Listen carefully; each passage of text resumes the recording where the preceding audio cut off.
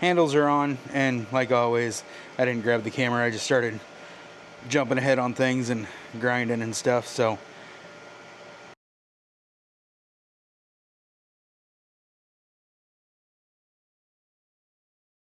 hey guys, welcome back. Thanks for taking time to watch, comment, subscribe, all that good stuff. I greatly appreciate it. Helps this channel grow a little bit, and I enjoy having a conversation.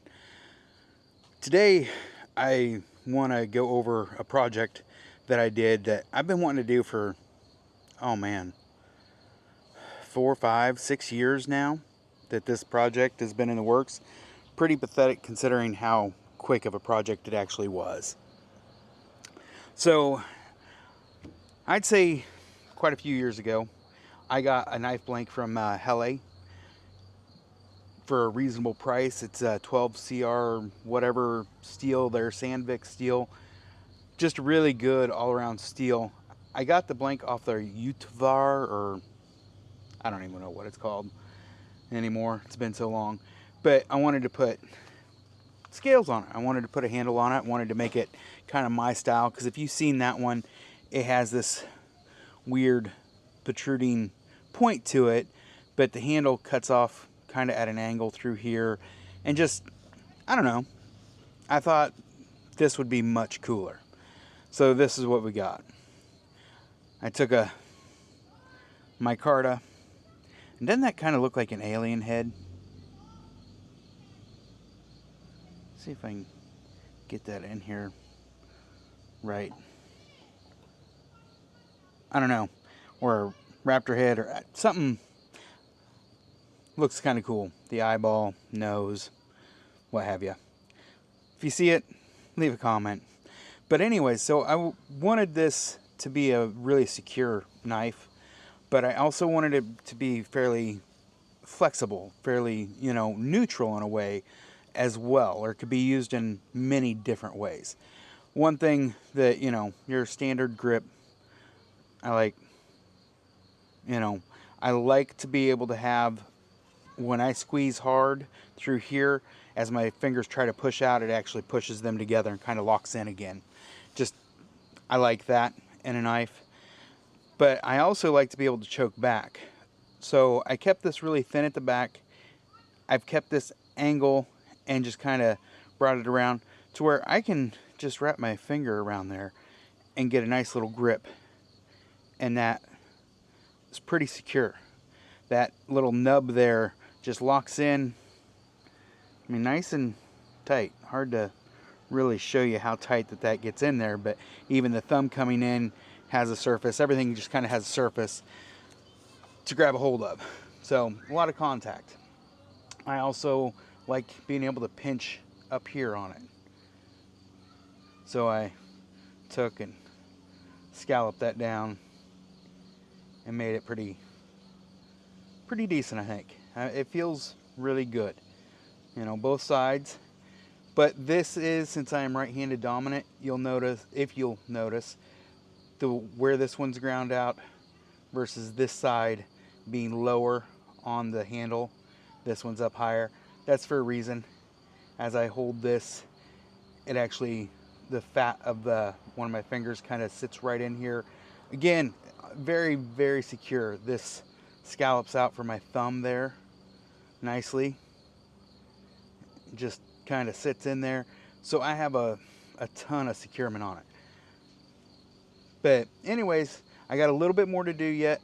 I left this epoxy in here, left it a little thicker to come down to where I wanted at. Plus I wanted to see if this epoxy would chip out at all. I've had this made for a couple of months now. I've used it. My number 3 daughter has fallen in love with it. She loves whittling with this thing. And with that, I'll get to the edge, is I actually put a different edge on this completely. It's more of a Scandi Vex. So I took that down to 10 degree on my Kin Onion Works sharpener, belt sharpener thing. And I don't know if I'm doing this any justice for you to be able to see that edge. I wish I was, but I cannot tell for sure. So once I put it on the big screen, I'll be able to tell, and hopefully I've gotten an angle in here good enough that you can see that edge. And this thing is just wicked sharp.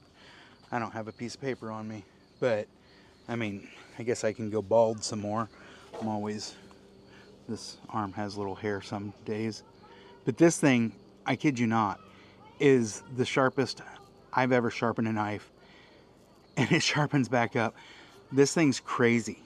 It will just sit and whittle hair. I mean, it's got a good bite to it, but it just, I'm gonna cut myself. I play with that thing too awful much. It's sharp. I also took these pins. I took oversized pins, and then on one side of each pin here, it's just a brass rod, I ground it down round, but to the size of the hole in the knife blank itself. So that way I came through and they're opposite. So this side's bigger, just to add a little bit more mechanical leverage. Pop those in there. And yeah, I have some video. I did it kind of wrong. I should have done it better. I'm going to place it in throughout here. You may have already seen it.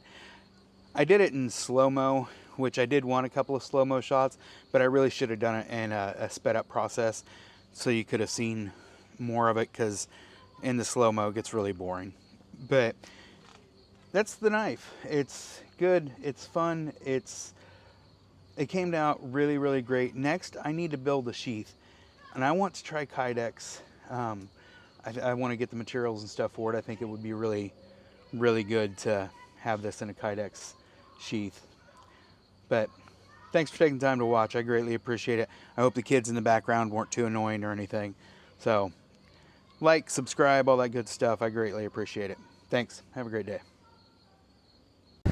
So I'm just hogging off some material, coming down to my lines, getting down to the shape that I want to get to. Just using a mini flap disc, and it seems to work really well for me. I can remove it quickly, but yet I can kind of shape as I go. If that makes sense. Don't know if you could hear any of that or not, but if you could, great.